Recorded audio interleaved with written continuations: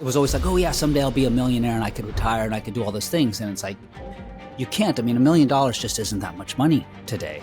Bitcoin was the first time I realized I could retire because Bitcoin just beats everything. I do think it would be very easy for us to hit the 200s easily just in 2025. I always say it's like, I want to own the gun. I don't want a sticker of the gun on my window. Now the sticker on the window, which is the ETF, I don't mean to put anyone before God. I believe in God, but it's just like, to me, Bitcoin is my religion. Just get on the elevator because it's going to go up forever and it doesn't stop. Today, I'm excited to welcome Terence Michael back to the podcast. Terence is best-selling author of 3 books, including Proof of Money, is host of Bitcoin Today on Spaces, Hollywood producer, real estate developer, and Bitcoin educator. Good to see you, Terence. Thanks for having me back, Paula. Do all your guests get a second invite or just a few, right? Just the special ones? Just the special ones. Okay, that's what I'll tell myself. Yeah, perfect. And you have an incredible story. And I know when I spoke to you, I was starting out. So just tell us a little bit again, what led you to Bitcoin? The quick story is that working in Hollywood, which is mostly how I mined fiat, I made a good amount of money, but was always looking for the best store of value in hindsight. Real estate really was that. I thought real estate would allow me to retire early and not really have to make content that I didn't want to make, and just take breaks when I wanted to. And real estate did do that, but then that ended up being a job, as you very well know, flipping homes and having Airbnb businesses and, still invested in lots of larger projects as a limited partner and a sponsor. And then Bitcoin came along and I realized there was a easier way. So that's compressing a lot of years, in hindsight with what's been going on, which I think is what like a lot of people are chasing without realizing it. Like, their talents, they're really good at one thing. They've studied one thing. Their experiences have led them to one thing.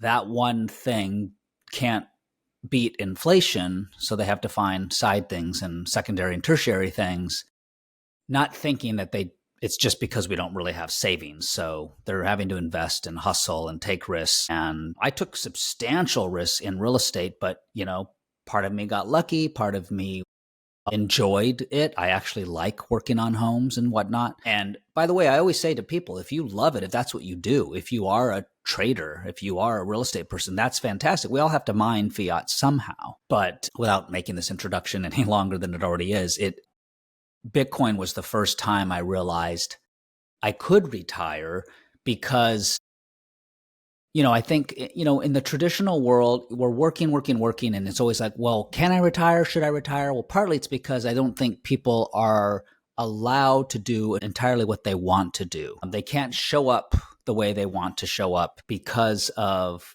capital destruction, because of inflation. And so because of that, it's kind of hard to say when you can retire, if you can retire, because even if you follow the traditional portfolios, they'll say, oh, well, you can shave off 4% a year and we'll calculate that your money will grow X amount. But some of that doesn't factor in just how bad inflation gets. Like I remember being a little kid, right? And I would watch like Bugs Bunny with, hunting, he's like trying to escape Elmer Fudd. And Elmer Fudd's walking around saying, I'm a millionaire. I own a mansion and a yacht. And I remember as a little kid thinking like, wow, he's a millionaire. And because he's a millionaire, he owns a whole mansion and a whole yacht. Well, today, no one can own a mansion or a yacht off of $1 million. Just each one of those is multiple millions. And so, it was always like, oh yeah, someday I'll be a millionaire and I could retire and I could do all those things. And it's like, you can't. I mean, $1 million just isn't that much money today. So when I found Bitcoin, I realized I didn't have to worry about having to flip the next house or take the risk to go produce the next movie, which might lose money anyways and might make it worse for me, where it's like, oh, if everything that I've worked really hard for and tried my best not to lose, if I put that into Bitcoin, now I can retire, meaning I can retire giving time to someone else or not choosing to do what I want with my time, not having sovereignty over my time. So now I just lengthened the introduction, but with maybe a little bit of signal. Well, you have so much on your plate, and it's great you mentioned that you love what you do. You still like doing real estate, and you still produce movies and make Yes. shows. Yeah. It's just very few and far between now. It's like I say no more than I say yes, which is great because, in the past it would be like, oh my gosh, like, wow, that's a lot of money. Oh my gosh, I don't love the talent. I don't really want to be, in Germany for 2 months shooting, but, that kind of thing. And you convince yourself it's cool and fun, and your crew and staff, you always have a blast. But when it's over, you're glad it's over. And now I'm just like, I don't want to do that. I would rather read and go throw rocks on the beach. So I get to do that because of Bitcoin. And it's not because this is, by the way, one thing that I think a lot of people get wrong, not only about me, but about a lot of people in Bitcoin. It's like, Bitcoin didn't make me wealthy. Like, you have to do the work. I worked very hard at, several careers. Bitcoin just now gives me the confidence that it's going to carry that forward and grow faster than inflation. That's really, on the conservative case, what it is that, and Bitcoiners now have realized it, because if you really want to get rich and stuff, that's why all these people get trapped by crypto. They're chasing something fast, and some of them will, but most of them will get wrecked. So that's what it is. It's the confidence. It's like, I have worked hard, like, but is this really enough for everything I want in my future? But wait, with Bitcoin, it is and will be. You make incredible videos that you post on X, and you have a spaces every day. Yeah. What are some of the things that are most talked about lately? Lately, it's the Bitcoin Treasury companies. Everyone wants to know, what does this mean that all of these companies are buying Bitcoin, but they're doing it in a leveraged way that individuals can't, because they can issue debt, because they're corporations, they have shareholders. And so in essence, they can dilute their shareholders, which sounds counterintuitive for a company, but then they're getting more Bitcoin, which is growing faster than their shares. So it makes sense. It's almost like this little magic cheat code. The scary part is that if some of these companies don't really have an operational business where they make money anyways, can they hold like individuals can? Because individuals can hold, but not all of them do. But they can, because they can go get a job. They can, hunker down. Well, is a corporation willing to do that? Or, so I don't know if, when I look at these older retailers that used to be huge, like that have all gone online, like a Bed Bath and Beyond, or Barnes and Noble, or a Dick's Sporting Goods, I'm like, this makes sense because they're still selling a ton of products. They're just now online. They've gotten rid of the brick and mortar. So where are you going to put all this cash? If you have a cash problem, yes, save it in Bitcoin 100%.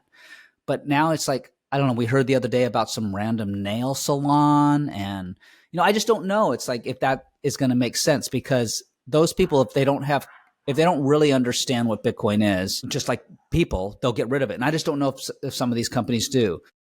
Now, many of them have been bringing on as advisors or board members, well-known people in the Bitcoin space. I would hope that those people would help educate them, because you look at like what people like Saylor had to do. He didn't come out, leveraging Bitcoin like he is now. But originally it was just, let's just buy Bitcoin, which I think makes sense. So I think a lot of people are talking about that. I think the reason why it's topical right now is because now all these other companies, this is my viewpoint, they're all getting into Ethereum and XRP treasuries and these other shitcoin treasuries, because I think, just like people, they want to try to catch up. They're like, oh my gosh, Bitcoin is now in the hundreds, and these are so much lower.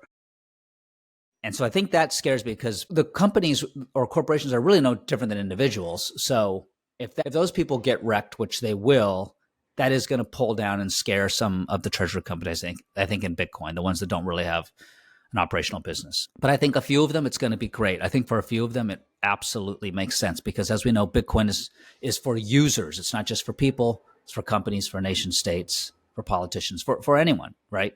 Bitcoin is for anybody, but not everybody. In other Yeah, words, I struggle with that, with I those do too. semantics. Yeah. Yeah. I get why people say it. At the same time, there's like a Bitcoin is for everyone conference. Natalie Brunell's new book is Bitcoin is for everyone. But yes, Bitcoiners, because we like to break everything down to technically exactly what everything is. It's like, yeah, is everyone the same as anyone? And I don't know. I think even a bad person, I think even a criminal, I think even North Korea, I think everyone needs Bitcoin if they don't want to lose their money.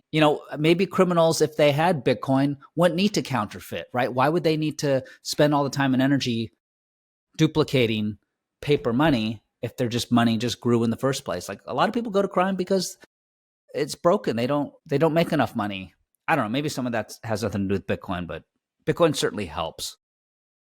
Yeah, I really believe that Bitcoin could make the world a better place. It won't change Yeah, everything, but it will fix some of the incentives. 100%. Yeah. Yeah, I think Bitcoiners realize that money is the first of several dominoes. And when the money breaks or the money can't do what it's supposed to do, I mean, money really is just an authentication token. All money is supposed to do is say, hey, I'm authenticating that you did work in the past, but you don't want to spend it all right now on stuff that you don't need. So here's your authentication token. Hang on to it. You can turn it in later. We know that. And so when people don't have a good authentication token, or it starts to disappear, it starts to dissipate, yeah, I better spend my money now. I better make choices. I better gamble. I better make choices that aren't really who I am. I have to do things I don't want to. I mean, I know you're in real estate and maybe you love real estate. If you love real estate, that's great. I know a lot of people that come into real estate when we have these housing booms, and they shouldn't be realtors. They should be the math professor. They should be the podiatrist or the whatever or the painter. And that's where their skills are, to educate or teach or do these things. But they're like, well, I can't make enough money, so I'm going to become, and it's like, well, I don't need another 50, agents running around the same street.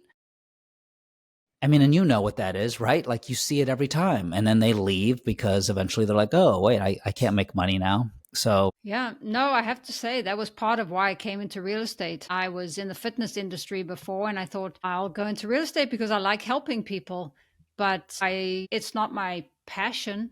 I enjoy helping mm, people, but it's not my passion. And then when I found Bitcoin, I realized no, time is valuable and I need to do what I love, which is why I started the podcast. yeah, that's great. It's funny because we joke that there's a lot of Bitcoin podcasts, there's a lot of Bitcoin books, there's lots of Bitcoin content. And it seems like there is because we're in it, but it's still just a tiny, tiny fraction of what there is in, traditional and banking and wealth management and finance. And it's like you go to the bookstore and it's just like, your head will spin.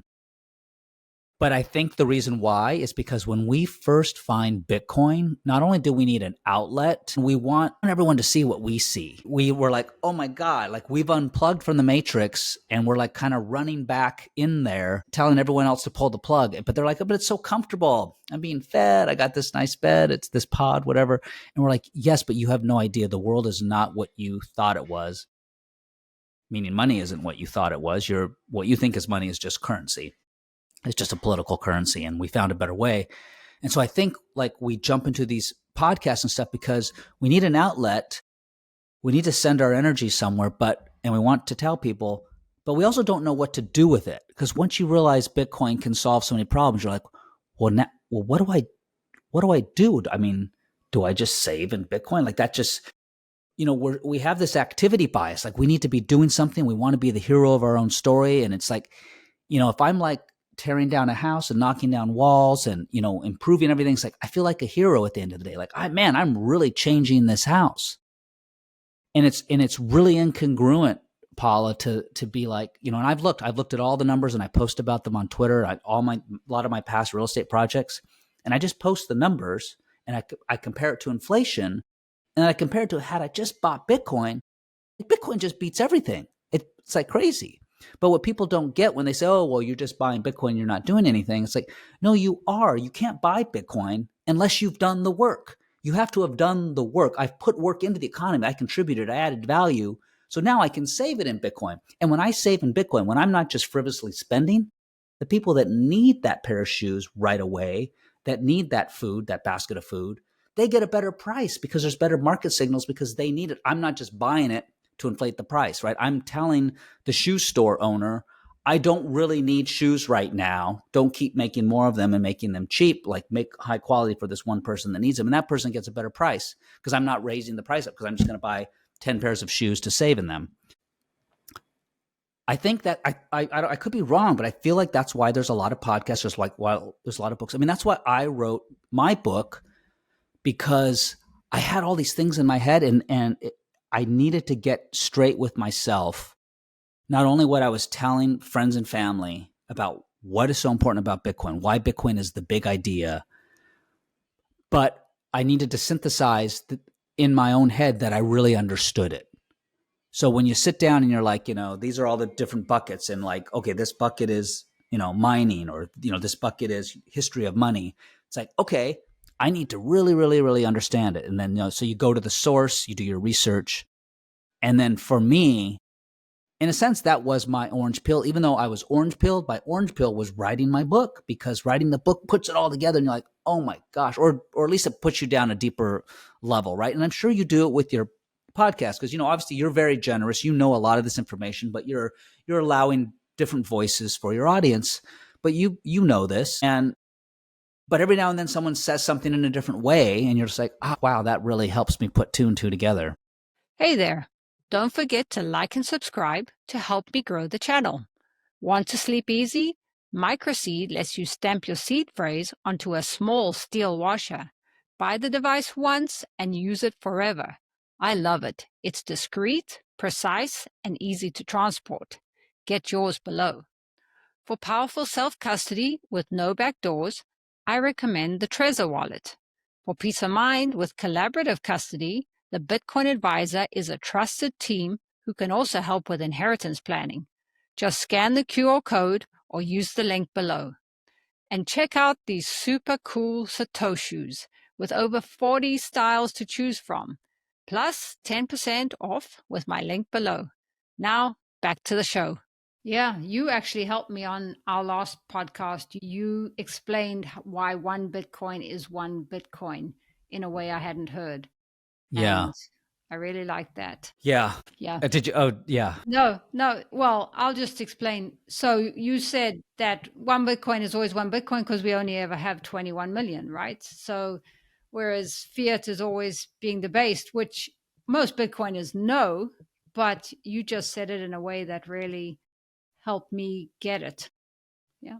Yeah. It's like, the banks, like if you put $10,000 into, your regular retail bank, they're like, oh, it's FDIC insured, right? So everyone feels safe. They're like, oh, if the bank goes bust, I'm going to get that $10,000 back, right? In 10 years, I get that $10,000 back.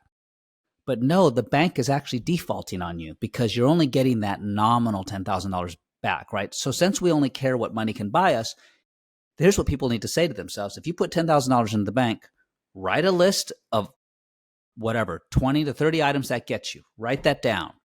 Now, in 10 years, if you don't get those same 20, 30 items, the bank has just defaulted on you. So they're not giving you back your $10,000. That's why one Bitcoin equals one Bitcoin, right? Because we only have 21 million denominators. So your percentage of the entire Bitcoin network will never decrease. You forever know what it is. In fact, we know it'll only increase due to lost keys or user error. With fiat, it's the opposite, right? It's just going to go down forever. What is the denominator? No one can tell you the denominator of money because no one entirely knows. No one really knows. We just know it goes up and up and up and up, right? We're at, I don't know, 36 trillion right now in debt. I mean, that's insane. Crazy. Yeah. And I think it was something like, so the first 6 trillion that we put into the money supply, roughly the first 6 trillion, took 227 years. Okay, that's a long time. I mean, that's a lot of money, 6 trillion, but it took 227 years. And then during COVID, we did that same amount in 2 months. So, I mean, right? Here's your nice beer. Let me just pour water in your beer. What's your beer worth now, right? Not much. Yeah. Yeah, that was incredible. We just hit all-time highs with Bitcoin, and that brings a lot of people into the space. Where do you think we are in the cycle, and where do you think we're going? I think So with cycles, if you're talking about like the 4-year cycles that Bitcoin tends to follow, I think we're always going to follow those 4-year cycles no matter what. I think it's just going to be dampened and suppressed as it matures. And each cycle has been suppressed only because there's always going to be a bad actor. There's always going to be a black swan. Something will happen. Like just today, Trump announced, his company, his Trump, whatever, his Trump Truth Social, I think it's part of that, just bought $2 billion worth of Bitcoin. That's great. How much they understand Bitcoin, I don't know. So maybe they're the first to sell it, right? So that could be a black swan. Not that the coins would do anything, but just part of America that doesn't understand the world. And they're like, oh, he sold, we better sell. So those things I think will happen. But right now, there's so much demand, not only from people, but from treasury companies, as we talked about, more and more nation states, more miners, which is the only way, of course, Bitcoin comes into the supply is through miners. And so traditionally, miners have to sell all their Bitcoin, which is how it gets to exchanges, because a lot of miners, I should say the big mining companies, aren't really, maybe this is unpopular, but aren't necessarily Bitcoiners. They're fiat companies, right? But they get the Bitcoin, they sell it. And again, that's how the exchanges get it. More and more of those miners are looking at Bitcoin going, let's try to hang on to it. So if they're hanging on to it and not as much is coming into the supply, really the only place that Bitcoin can come from to exchanges is from the current holders. And we know, and we've been seeing lots of OGs from, 2011, 2012, 2013 getting rid of their Bitcoin. And that's fine. In 10 years, you might get rid of some of yours. I might get rid of some of mine, spending for things that we want, improve our lives. There's absolutely nothing wrong with that. I think that's fantastic. But that takes some thought for each individual to be like, do I really want to get rid of it? Because look how fast it's growing. Whereas the mining companies, they were just sending, that was just the business process. We have to send our Bitcoin, we have to sell it to an exchange to get the cash to pay our expenses, and 80% of their expenses is energy. They've got huge, huge expenses. I think if mining companies are starting to hang on to their Bitcoin more, all these publicly traded companies are buying Bitcoin, more and more nation states. By the way, and very few nation states have come on board. We know it's tiny. We get excited about El Salvador and Bhutan and what little bit America and Germany and UK may or may not have. But that's tiny and it's nothing major yet. So with all that, I think that the cycles will dampen significantly because, how fast will a nation state sell if there's a black swan? How fast will a publicly traded company suddenly sell if they do have a good operations business, right? They're used to ups and downs. I don't think they will, and especially at the prices that we're at. It's like, I don't know about you, but the price would have to just overnight surge pretty, like a 10x for me to even consider, because we know where it's going. But also, aside from the halvings, which in the past have sort of influenced Bitcoin's bear and bulls, right? We've always had 3 years up, 1 year down, 3 years up, 1 year down, like clockwork. A lot of that is really tied to the presidential elections, and whether Satoshi planned that or not, it's lined right up with every time a new president. And anytime a new administration comes up, in general, the world is optimistic. They usually inject more money. They usually loosen up the credit and interest rates and whatnot. That tends to happen. So I do think we're going to have the cycles, but I just think that people shouldn't be worried about an 80% drawdown, a 70% drawdown. And if it does, I think like we saw with COVID, both for Bitcoin and for traditional finance, I think there'll be a quick recovery. I don't know what we dropped, like 50, 60%, and people were panicking. And within 3 days, it was like, boing, So. Yeah, I agree. I don't know the timeline, but it sounds about right. Yeah. And so I think we are going to hit, if your viewers are looking for numbers, I mean, I do think it would be very easy for us to hit the 200s easily just in 2025. The question would be, so typically if we stuck to the past cycles, November of this year would be the high. Like that's what it's always been. But in the past, that November, something bad has happened, like Sam Bankman-Fried or something. Like it's just oddly been on November. And so I think some people that follow those will take profits. And I think we could dip and be down at the beginning of 2026. But because of all this demand, and by the way, a lot of these treasury companies have only filed and talked about how much they're going to be acquiring. they don't come on until some of the fourth quarter. So what I'm starting to think is that 2026 could be just an extended. Yeah. Who knows? But It'll be interesting to see if yeah, Bitcoin does go to 200,000. A lot of people will probably come into the altcoins because that's what happens. There's yes. unit bias, but that does teach people about Bitcoin when they get wrecked. So that's something. Didn't it teach you? It taught me. Yeah, it did. Yeah, It taught me to dig deeper. And like you mentioned, Bitcoin is the only one that uses proof of mining, has no central authority, and that is, bounded by energy is one of the biggest. None of the others are bounded by energy, right? that's right. Yeah. That's right. Yeah, Bitcoin is. I mean, you know this, and your viewers know this, but like the in a nutshell, Bitcoin is the only one that is a protocol because it isn't run by a company, and there is no founders with reputational risk or who can print more or rug us and sell it. If you look at all the other big altcoins, whether it's XRP or Cardano, they make money by selling their token.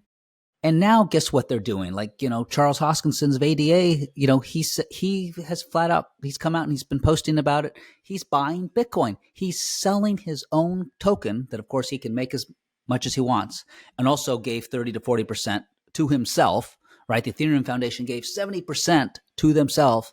Satoshi didn't take any to make it completely egalitarian. He left it there, as we all know. We all can see it. So that is the big idea. But then, yes, the immense amount of energy and work that goes into securing it, right? Like I send a Bitcoin to you.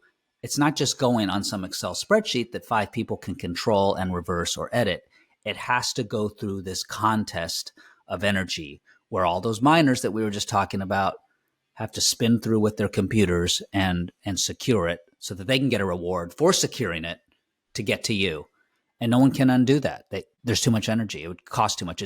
The great things are the incentives are to simply play fair and join and try to win some Bitcoin than to try to cheat and take someone else's, which we've now seen for 16 years straight. Yeah. And it can't be stopped. And that's why you see, presidents like Trump administration buying Bitcoin. They can't stop it, so they're going to buy it. You're right. That's We right. don't know if they're going to sell it, but I think if the Suns understand, they'll probably keep it because the US dollar is only going one way. Yeah, if you can't fight them, you join them, right? I mean, it's just so hard to believe where we are today that, the president announces that he's buying 2 billion worth. I mean, it's almost 17,000 Bitcoin that he already bought. He says he already bought it, and they have another billion set to buy more. So, yeah. And yet still so many people are not in the space and don't get it. I still have very few friends who are interested, only my best friend. And they feel they missed out. A lot of Yeah. people they feel they missed out. And I get that. That's so human for us to feel it's like, I missed the train. It's already gone. But you they know, it's still like, don't understand it, right? So yeah, they feel they missed that's it. the thing. It's like once you do the work, you realize how early you are. People will say, oh, it's now a good time to buy Bitcoin. And I often say, well, for you, no, because if you have to ask, you haven't really studied. But, once you study, you do realize that, Bitcoin is this elevator in a building with no top floor. And you're looking at someone who got in on the first floor or the second floor, right? And now we're at the 16th floor, right? Year 16 or whatever.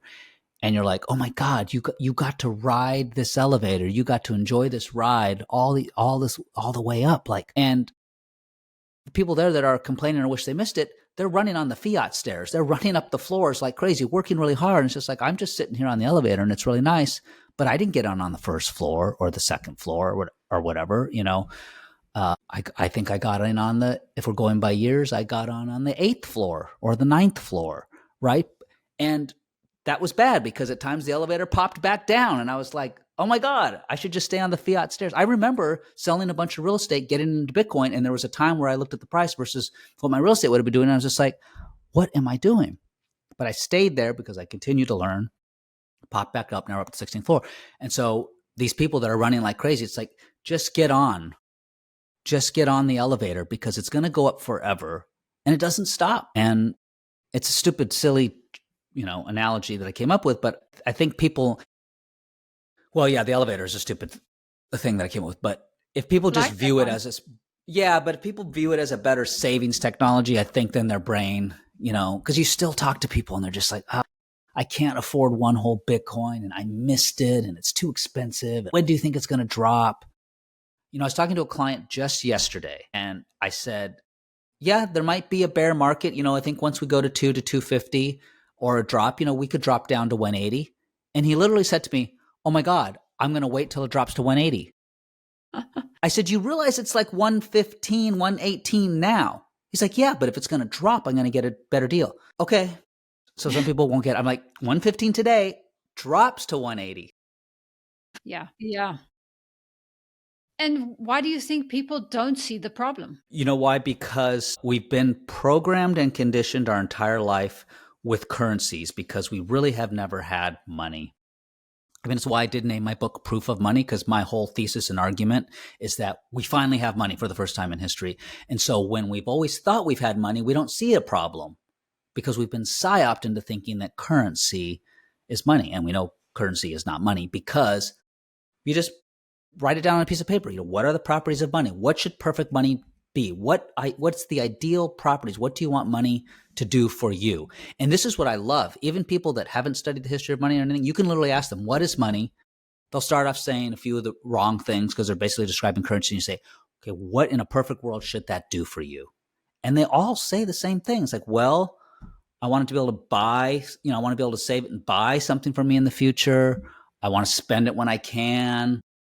Do you want your banks to ever say no? No. Do you want to be able to take it with you anywhere you go? Yeah.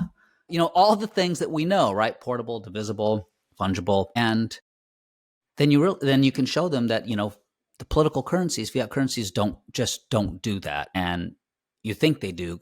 And so it's like, I also think, a lot of it is the media. The media has taught most of the world to be in a desire-based economy, right? We're constantly shoved on TV and in social media and stuff that we're not good enough, we're not beautiful enough, we're not healthy enough, right? We know broken money is partially because of all these things, but because of that, we need to buy this.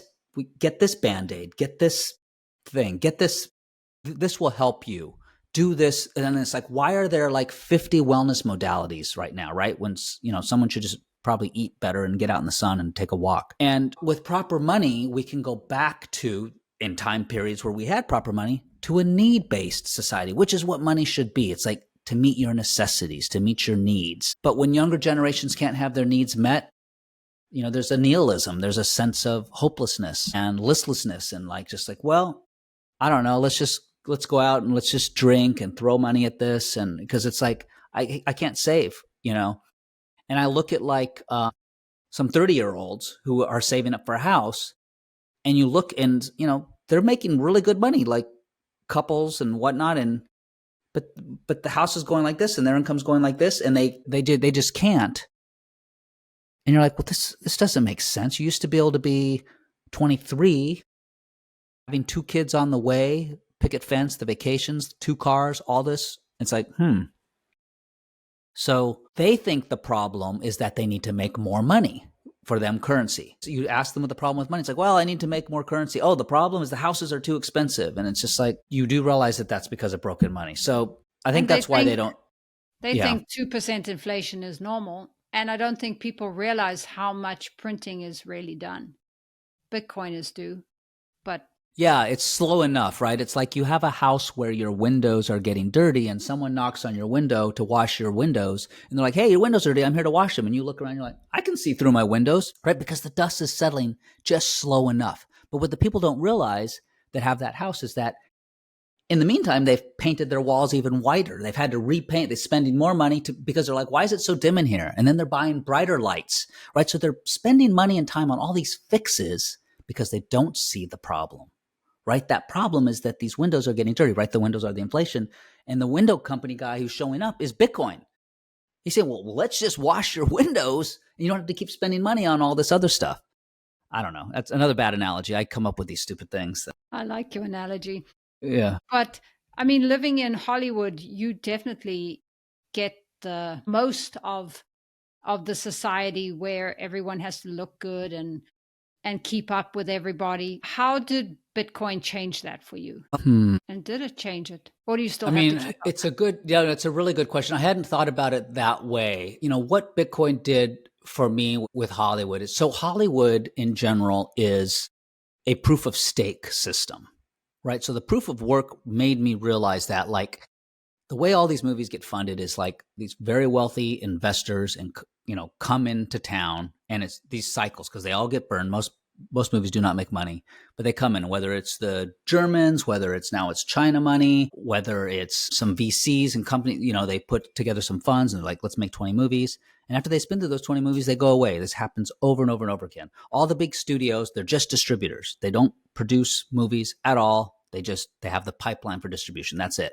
So you have to have production companies or investors come in with the money.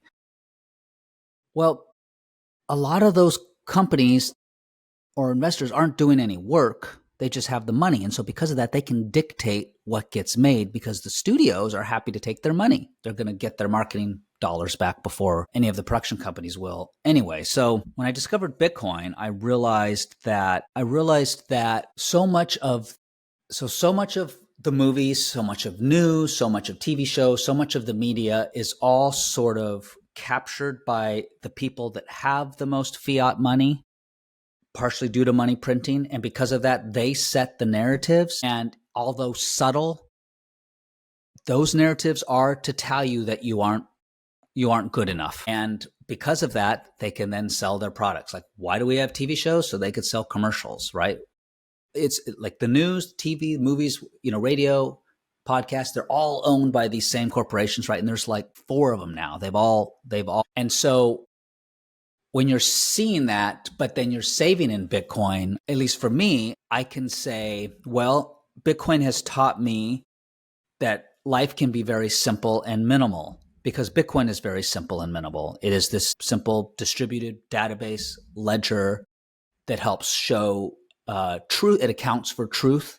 And it shows you that there's nothing behind the curtain that you need to spend money on and do things that you're not sure about, which is what Hollywood, that's the narrative that Hollywood sets out. This is a long way of saying that all of Hollywood, if you bring it down to its core, it's to sell products and services. That's it. And they can't sell products and services if you're healthy and you have money and you don't need financial services and you don't need prescription meds and all these things.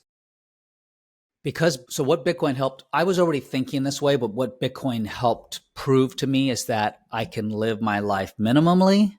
I can, trust, don't verify. That heuristic leaked over to where every time something says you need this is better for you, I could be like, let me look. Because Bitcoin teaches you to look. Is my Bitcoin there? Did it really transfer? What are the wallets?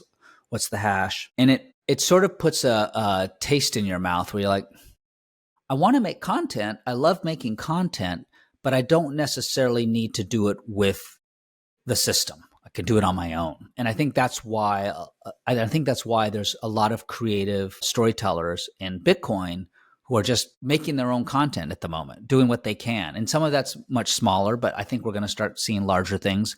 We're already seeing documentaries in the 2 to 5 million range, which, is a lot for a documentary. I did not think we would be doing that in the Bitcoin space. I think Bitcoin movies will be coming out. I'm developing some Bitcoin TV shows, some Bitcoin AI stuff, and maybe those will be funded eventually by Bitcoiners because, I think as Bitcoin rises and more people save in Bitcoin, I think more of them want to do something with that energy, and some of them will become philanthropic.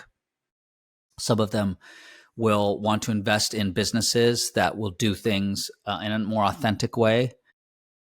So I don't know if that really answers your question, but it's so what Bitcoin did for me. It wasn't just Hollywood, but it was with health. It was with, it's for a lot of us. It really just said, what is this really?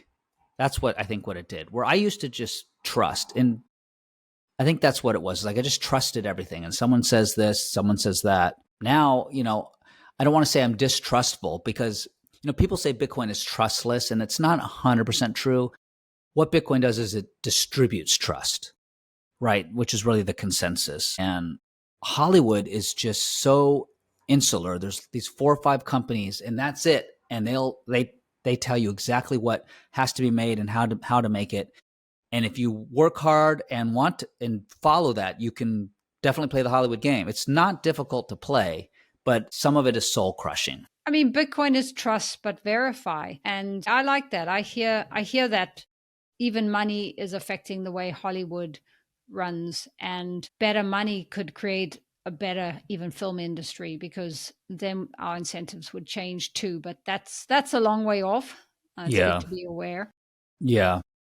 But Terence, what have you learned from making the videos? I love your videos on the beach, and they're really educational. And that's obviously something you love doing. What's it Yeah. taught you? Well, the videos have taught me that sometimes it's not what you say, but it's how you say it. I'm saying things that other Bitcoiners have said. There's information in posts and books, your podcasts, all over the place. But I try to condense one important thing that I'm hearing a lot, whether it's FUD or when should I buy or, when should I sell, and when I start to, or, Bitcoin's bad for the environment or whatever, whenever I start to hear, like a dozen times the same thing over and over, what the videos do for me, similar to writing, is I go do the research. Even though I largely know the answer, I want to get to the bottom of it and just say boom, boom, boom, boom, boom, boom, boom. And then I have to memorize it like a script, like an actor, and I have to think about it.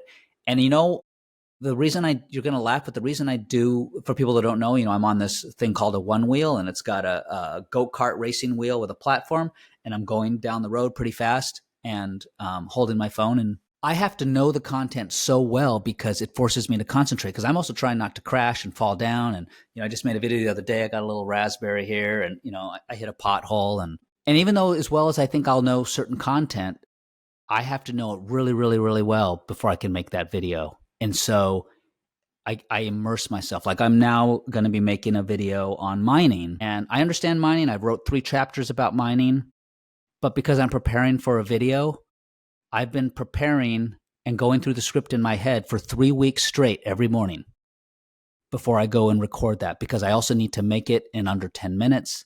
If it's over 10 minutes, LinkedIn won't take it, and I try to get it places. I try to throw them on Instagram and whatnot. I can't throw them on YouTube yet because some of the music I use apparently isn't safe for them. So it's reminded me how important writing is for anyone, even if you don't publish. Like, I believe in something called morning pages and writing, and every morning I write and I get all my thoughts out. I write, and then I throw it away.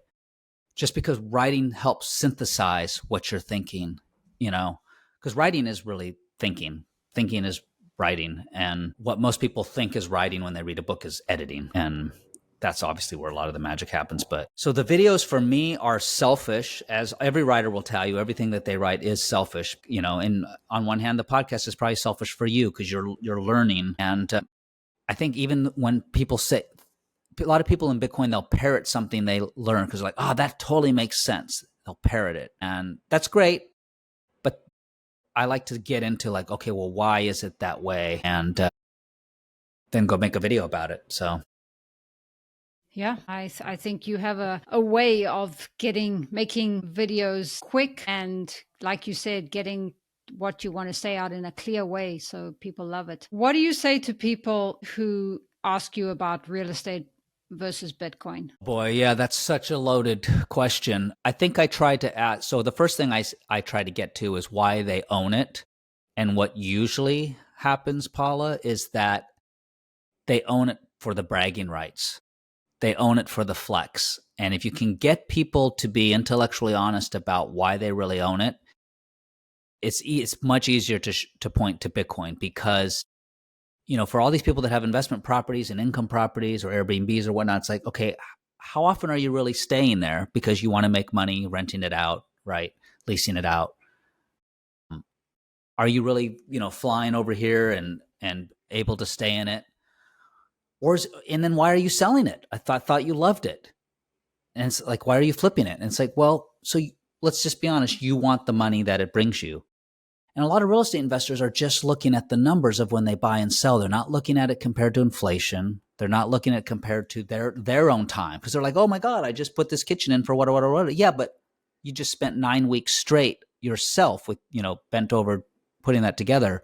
And so what I have found through my analysis and, having done a lot of this myself, and this is shocking, but in general, real estate investors in income properties and whatnot are really only making like 4, 5 to 6% annually when you subtract all of the expenses. And that is really hard for people to believe. And I've had people say, no way, it's more like 10, it's 12.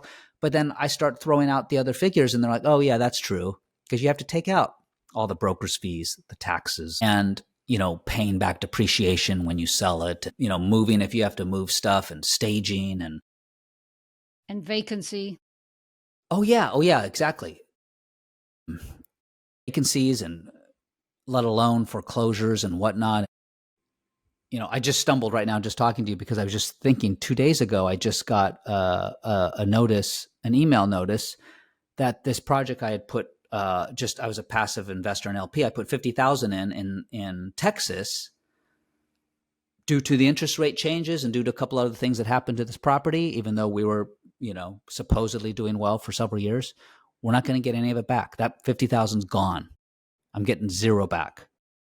Now, that's the first project that's ever happened, and this is partially why I don't like to be passive. But if I'm not passive, then I have a whole job. I have a whole nother job. So for most real estate investors, the ones that go to all these late night seminars and the ones that, want to make mailbox money and passive income while they sleep, those are the people where it's just like, if you lay it down all on paper and it's like, you want what real estate can get you. You don't really want the real estate because you want the flex. You want to go to Thanksgiving and saying, hey, yeah, I just bought this place in Connecticut, or I own a place in Portland, or wherever.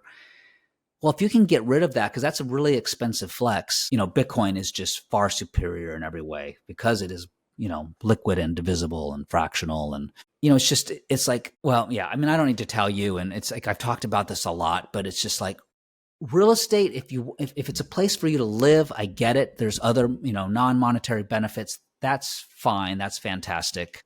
But as an investment, just lay it up next to Bitcoin and just be honest with yourself. Even if it's just completely passive, even if it's just a REIT, whatever, or you're going into a multifamily, syndicate, it's like you will not hurdle Bitcoin. And Bitcoin really needs to be people's barometer now. That needs to be the threshold.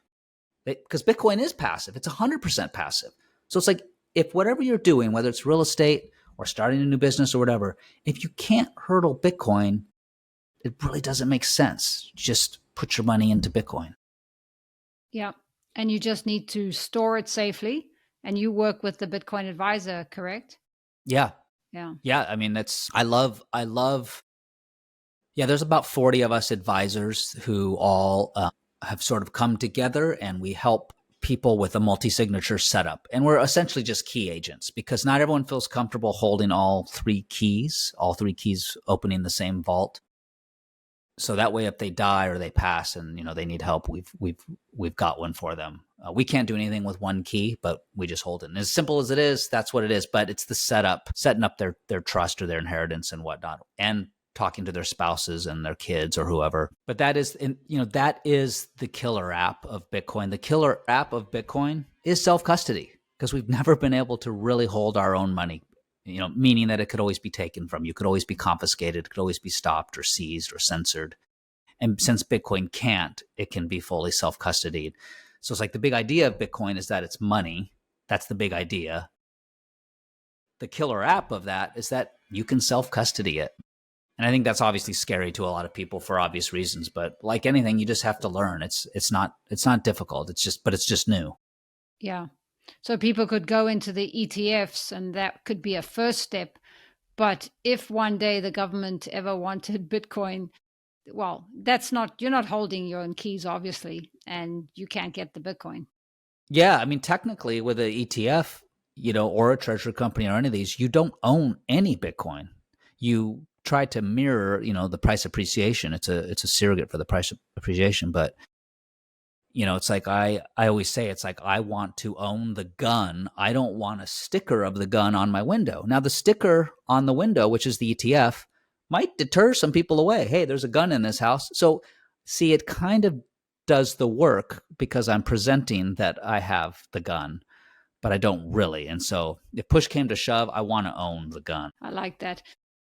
Do you think there's a spiritual side to Bitcoin? Yeah, absolutely. I think that Bitcoin allows us to be who we want to be, because when we can't lean into like everything that we've studied for academically, our experiences, wherever our talents are, and everyone's born in different places and everyone has, different desires, but also can add to the economy in a special way. We sort of break that perfect system where, this person should be hunting, that person should be fishing, that person should be building homes, that person should be teaching our kids, that person should be at the hospital as a physician, whatever. Everyone starts to migrate into wherever all the money's trickling into. Now we're all day traders, and now we're all real estate agents. I think that's bad, because it's like we're not getting the best people doing the best things. And that's why I think we don't see the best craftsmanship in, architecture, or why our art has gotten so homogenized. And, broken money will give us broken products and broken services. And so I think spiritually, for me and for other Bitcoiners that I know and have discussed this with, and this is partly why I think Bitcoin has retired so many people. A lot of people have been like, this is really what I want to do. This is really what I care about. And that first step could be educating, like you and me, but there could be a second step we don't know about yet, where we're like, wow, this is really what I want to do, and I can do it. Because, imagine, I think, if everyone picked what they wanted to do in life, like, I don't know, let's pretend at age, whatever, 21, everyone has to, circle, the job they want to do. And like, this is it. This is your career. If everyone could circle that thing and not worry about money or think about money, I feel like that would be a better world. I think that would be a great world, because everyone does what they want to do, because they're not thinking about being homeless or not being able to eat or take care of their family. And I think Bitcoin allows that, because you don't need to make what you think you need to make with Bitcoin's appreciation rate. I mean, over the last 10 years, we're over an 86% CAGR on Bitcoin. That includes every drawdown and every crash, every black swan, every time everyone said it was going to go to zero. 86% on average every year for the last 10 years.